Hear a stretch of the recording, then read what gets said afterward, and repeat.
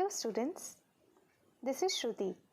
Today we are going to study chapter 1, A Letter to God. This is the chapter of class 10, the book First Flight, and the writer is G.L. Fuentes. So chapter पढ़ने से पहले हम Before You Read पढ़ेंगे. Remember students, कोई भी chapter पढ़ने से पहले Before You Read पढ़ना बहुत ही important होता है. इससे आप chapter के outlines को समझ पाते हैं. तो चलिए start करते हैं. They say faith can move mountains, but what should we put our faith in? This is the question this story delicately poses. लोग कहते हैं कि विश्वास पहाड़ को भी हिला सकता है.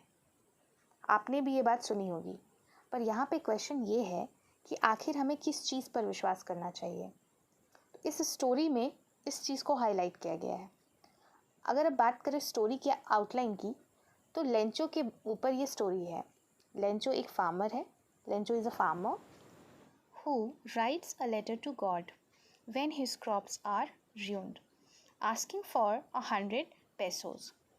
तो लेंचो जो है वो गॉड को लेटर लिखता है और गॉड से पैसे मांगता है क्योंकि उसकी फसल ख़राब हो गए हैं, इसलिए वो पैसे मांगे हैं. Does Lencho's letter reach God? तो क्या उसका ये लेटर गॉड तक पहुंचता है? Does God send him the money? क्या गॉड उसे पैसे भेजते हैं? Think what your answers to these questions would be and guess how the story continues before you begin to read it. तो हम तो स्टोरी पढ़ने ही वाले हैं, पर आप कुछ सेकंड्स के अंदर ये सोच सकते हो, आपके मन में क्वेश्चंस ऑलरेडी आ चुके होंगे कि आगे क्या होने वाला है. तो चलिए स्टार्ट करते हैं. The house, the only one in the entire valley, sat on the crest of a low hill. From this height, one could see the river and the field of ripe corn dotted with the flowers that always promised a good harvest. इसमें starting में description हुआ है एक house का, एक घर के बारे में बताया गया. एक घर है जो कि बिल्कुल ऊपर है, हिल के सबसे ऊपर है. पूरी वैली में एक लौता यही घर है, और जितना ऊपर ये वहाँ से आप पूरे रिवर को देख सकते हो. एक फील्ड है जिसमें क्रॉप्स लगे हुए हैं. कौन से क्रॉप है? कॉर्न. पका हुआ है पूरा. Dotted with the flowers that always promised a good harvest, मतलब कि पूरा भरा हुआ है वो. ठीक है. The only thing the earth needed was a downpour और एटलीस्ट अ शावर. सिर्फ एक ही चीज़ की कमी है और वो है बारिश. Through out the morning Lencho, who knew his fields intimately, had done nothing else but see the sky towards the northeast. और पूरी मॉर्निंग लेंचो जो है सिर्फ और सिर्फ स्काई की तरफ देख रहा था. यहाँ पे इंटीमेटली जो वर्ड यूज़ हुआ है वो इसलिए यूज़ हुआ है क्योंकि लेंचो सिर्फ और सिर्फ खेती करना चाहता था. इन द सेंस कि वो बहुत ही हार्ड वर्क के साथ खेती कर रहा था. तो वो बस एक ही चीज़ का वेट कर रहा था और स्काई की तरफ देख रहा था, जो कि नॉर्थ ईस्ट की तरफ था. Now we are really going to get some water woman. The woman who was preparing supper replied, yes God willing. और ये कहता है कि हमें बारिश मिलने ही वाली है. और जिस वुमन से ये बात कहता है, आई गेस वो उनकी वाइफ है. सो वो रात का खाना बना रही थी और वो कहती है हाँ, अगर भगवान की इच्छा हो तो. The older boys were working in the field while the smaller ones were playing near the house until the woman called to them all, "Come for dinner." जो बड़े बच्चे थे वो फील्ड में काम कर रहे थे, जो छोटे वाले थे वो घर के ही आसपास खेल रहे थे. तभी वुमन ने बुलाया, खाने को आ जाओ. हमें जैसे बुलाया जाता है रात के खाने के लिए या दिन के खाने के लिए, यहाँ पे रात के खाने की बात हो रही है. It was during the meal that just as Lencho had predicted, big drops of rain begin to fall. वो लोग खा ही रहे थे, इसी बीच बारिश शुरू हो गई. जैसा कि पहले लेंचो ने कहा ही था कि बारिश होने वाली है. So it happened. In the northeast, huge mountains of clouds could be seen approaching. North east side से बादलों का पूरा ढेर आ रहा था. आसानी से वो देखा जा सकता था. The air was fresh and sweet. बहुत ही फ्रेश हवा चल रही थी और वो मीठी सी जो स्मेल होती है जब बारिश होने वाला होता है, आपने फील किया होगा. बस The man went out for no other reason than to have the pleasure of feeling the rain on his body, and when he returned, he exclaimed, "These aren't raindrops falling from the sky, they are new coins. The big drops are 10-cent pieces and the little ones are fives." So, जिस तरह से बारिश हमें बहुत पसंद है, यहाँ पर भी कुछ ऐसा ही हुआ। और ये एक किसान है, लेंचो एक किसान है, तो उसके लिए तो बारिश कहीं ज़्यादा इम्पॉर्टेंट है। तो जब बारिश शुरू हुई तो सिर्फ़ और सिर्फ उसे फ़ील करने के लिए वो बाहर आया, और जब वो वापस घर की तरफ गया तो खुशी से वो चिल्लाते हुए कहता है कि ये बारिश की बूंदें नहीं हैं जो आसमान से गिर रही हैं, ये तो कॉइन्स हैं। बड़े वाली जो बूंदें हैं वो 10-cent पीसेज हैं और जो छोटी वाली हैं वो 5s हैं। देख रहे हो आप कितना एक्साइटेड है लेंचो। आगे देखते हैं। With a satisfied expression, he regarded the field of ripe corn with its flowers wrapped in a curtain of rain. बहुत ही संतुष्ट होकर वो अपने फील्ड की तरफ देखता है और सोचता है कि ये जो बारिश है इसने पर्दे की तरफ पूरे के पूरे फील्ड को ढक दिया है, ड्रैप कर दिया है। But suddenly a strong wind began to blow, and along with the rain, very large hailstones began to fall. पर अचानक बहुत ही तेज़ हवा आती है और हवा के साथ, बारिश के साथ बड़े बड़े पत्थर भी लाती है। बर्फ़ के जो पत्थर होते हैं वो भी गिरने लगता है। These truly did resemble new silver coins. The boys, exposing themselves to the rain, ran out to collect the frozen pearls. तो ये बड़े बड़े पत्थर भी ज़रूर सिल्वर कॉइन्स होंगे, और जो बच्चे थे वो बारिश में भीगने लगते हैं और उन पर्ल्स को, फ्रोज़न पर्ल्स यहाँ पर उन्हीं पत्थरों को कहा गया है, उन्हें कलेक्ट करने लगते हैं। "It's really getting bad now," exclaimed the man. अब मैन क्या कहता है? द फार्मर, अब ये बुरा हो रहा है, अब जो वेदर है वो ख़राब हो रहा है। "I hope it passes quickly." It did not pass quickly. For an hour the hail rained on the house, the garden, the hillside, the cornfield, on the whole valley. बेचारा सोचता है कि ये जल्दी से पास हो जाए, लेकिन ऐसा बिल्कुल नहीं होता। 1 घंटे तक बर्फ़ वाली जो बारिश है वो होते रहती है और घर, गार्डन, हिल साइड, कॉर्नफील्ड, पूरा का पूरा वैली भर जाता है। किस चीज़ से? स्नो से, बर्फ़ से। The field was white as if covered with salt. Not a leaf remained on the trees. The corn was totally destroyed. The flowers were gone from the plants. Lencho's soul was filled with sadness. When the storm had passed, he stood in the middle of the field and said to his sons, "A plague of locusts would have left more than this. The hail has left nothing." तो आगे क्या होता है? बेचारा, एक भी पत्ते नहीं बचे पेड़ में। पूरा का पूरा जो फसल है कॉर्न का, मक्के का, बर्बाद हो चुका था। सारे के सारे फ्लावर्स ख़त्म हो चुके थे। लेंचो पूरा दुख से भरा हुआ था। जब स्टॉर्म, आंधी तूफ़ान ख़त्म हुआ तो वो फील्ड के बीचों बीच जाकर खड़ा हुआ और अपने बच्चों से कहा कि अगर लोकस्ट का जो प्लेग है वो भी आया होता ना तो कुछ पत्ते तो रह ही जाते। आई होप आपको पता होगा कि ये लोकस्ट का प्लेग क्या होता है। लास्ट ईयर 2020 में भी आया था। बेसिकली ये ग्रास ओपर्स काइंड ऑफ थिंग्स होते हैं जो कि सारे के सारे जो ग्रीन चीज़ें होती हैं ना, सब के सब खा जाते हैं।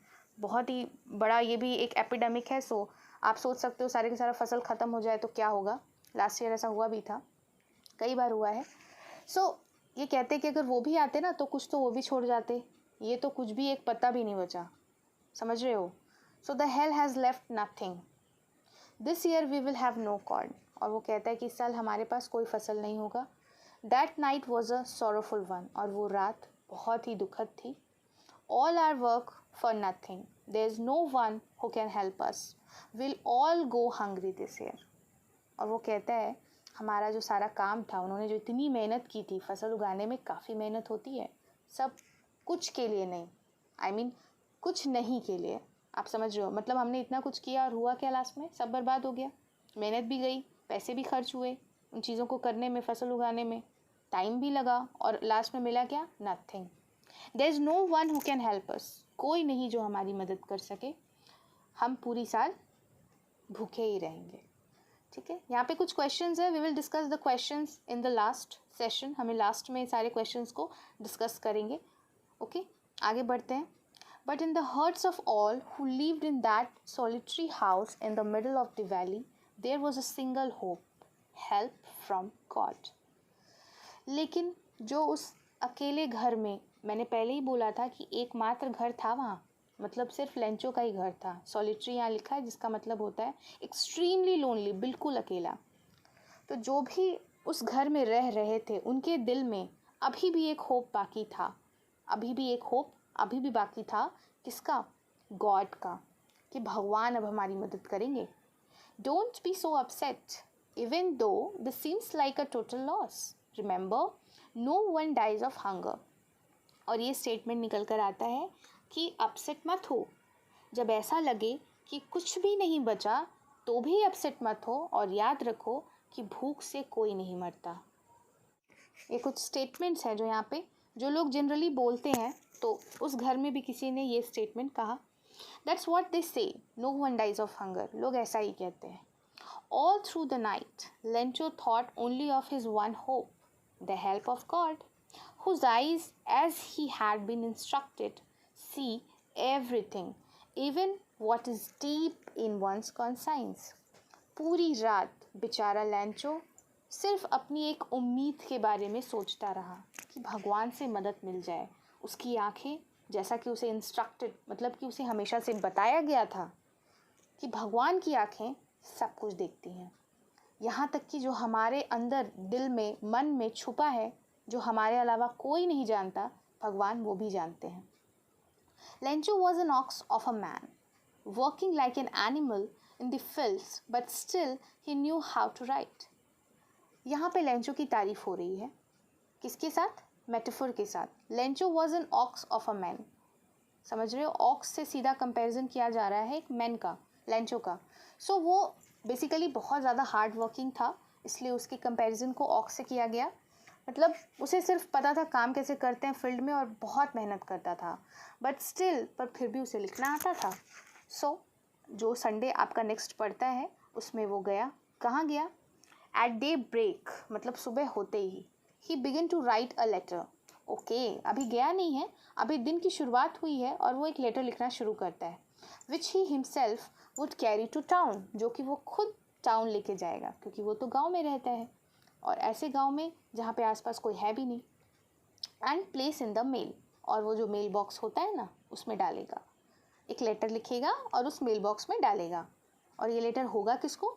It was nothing less than a letter to God, और ये लेटर होगा गॉड को। गॉड, ही रोट, अब वो लिखता है, if you don't help me my family and I will go hungry this year. भगवान, अगर आप मेरी मदद नहीं करोगे तो मैं और मेरा पूरा परिवार इस साल भूखा ही रह जाएगा। I need 100 pesos in order to sow my field again and to leave until the crop comes because the hailstorm। और फिर वो अपनी स्टोरी कंटिन्यू करता है कि कैसे करके उसकी फसल ख़राब हुई। सो बेसिकली वो लिखता है कि भगवान, मुझे आपकी हेल्प चाहिए, मुझे 100 pesos चाहिए ताकि मैं अपने फील्ड को दोबारा से ग्रो कर सकूं, बीज डाल सकूं, सारी चीज़ें वापस से मुझे करनी पड़ेंगी, और जीना भी तो है, जब तक क्रॉप्स नहीं आ जाते मैं क्या भूखे मरूंगा? So I need your help. So he wrote to God, और इन्वेलप पे उसने ऊपर में किसे पहुंचाना है भाई, कैसे पता चलेगा? तो उसने ऊपर में लिख दिया टू गॉड, भगवान को पहुंचाना है। And put the letter inside and still troubled went to town. उसने लेटर लिखा, उसे डाला इन्वेलप के अंदर, अभी भी परेशान बेचारा शहर की तरफ गया। At the post office he placed a stamp on the letter and dropped it into the mail box. Post office वो पहुंचा, उसने स्टैम्प डाला लेटर के ऊपर, फिक्स किया और मेल बॉक्स में डाल दिया। आगे क्या होता है? One of the employees, who was a postman and also helped at the post office, went to his boss, laughing heartily, and showed him the letter to God. So वहाँ पे काम करने वाले में से एक एम्प्लॉय था जो कि एक पोस्टमैन भी था और वहाँ लोगों की मदद भी करता था, स्टाफ जैसा।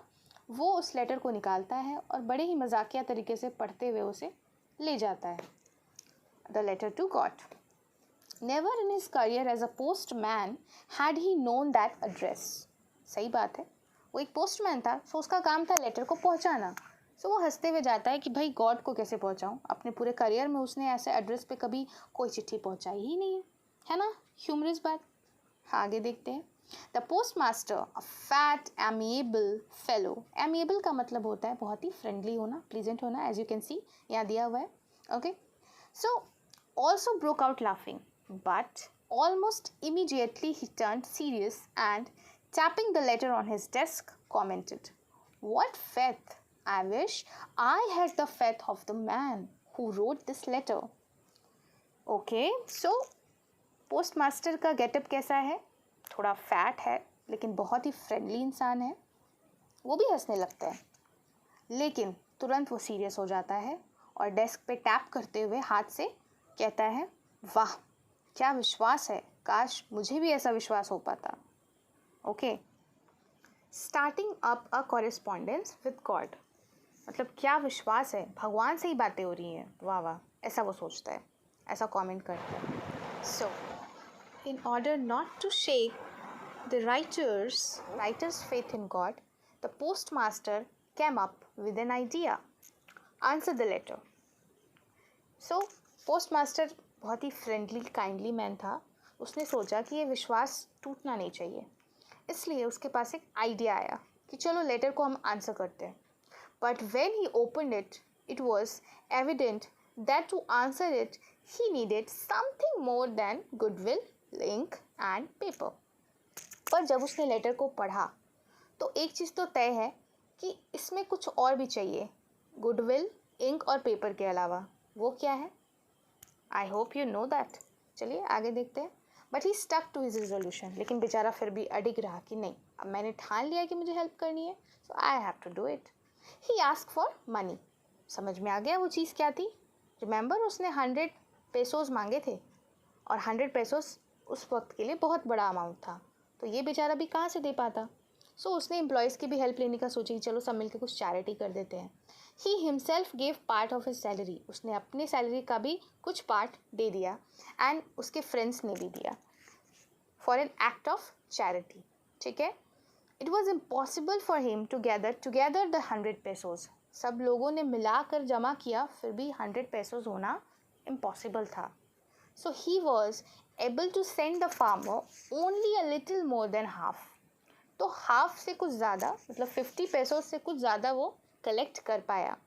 He put the money in an envelope addressed to Lencho and with it a letter containing only a single word as a signature, God. So उसने क्या किया? उस पैसे को डाला एक एनवेलप में, लेंचो का एड्रेस डाला और उसमें एक सिग्नेचर था जिसमें लिखा था गॉड. ठीक है, एक लेटर में सिर्फ यही चीज़ लिखा था, गॉड. ओके, सो ये क्वेश्चन हम आगे सॉल्व करेंगे as I have told you. आगे बढ़ते हैं. हाँ, the following Sunday Lencho came a bit earlier than usual to ask if there was a letter for him.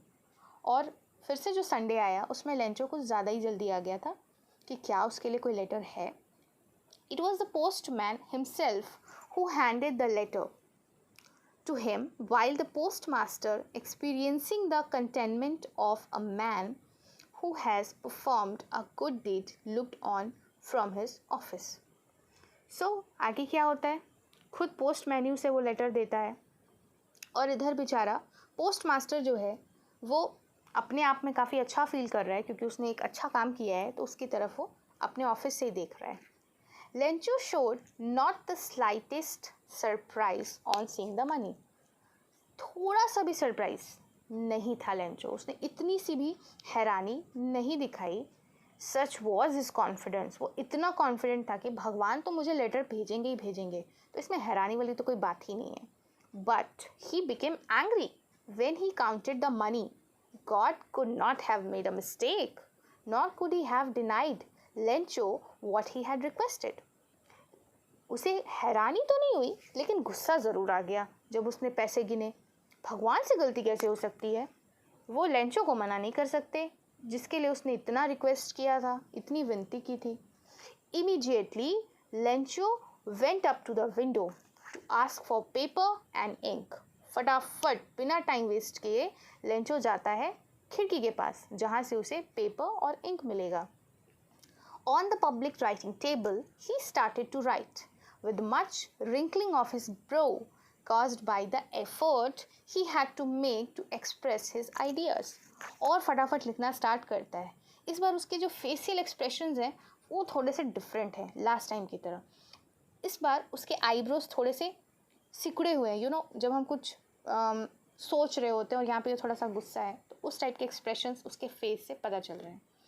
When he finished, he went to the window to buy a stamp which he leaked and then affixed to the envelope. और जब उसका काम ख़त्म हो गया, means writing ख़त्म हो गई, विंडो पर जाता है, स्टैम्प लेता है, उसे लगाता है और चिपका कर इन्वेलप के ऊपर with a blow of his fees, मतलब अपने हाथ से ऐसे मुट्ठी जो हम लोग हाथ से ऐसा करते हैं उससे वो उसे चिपका देता है.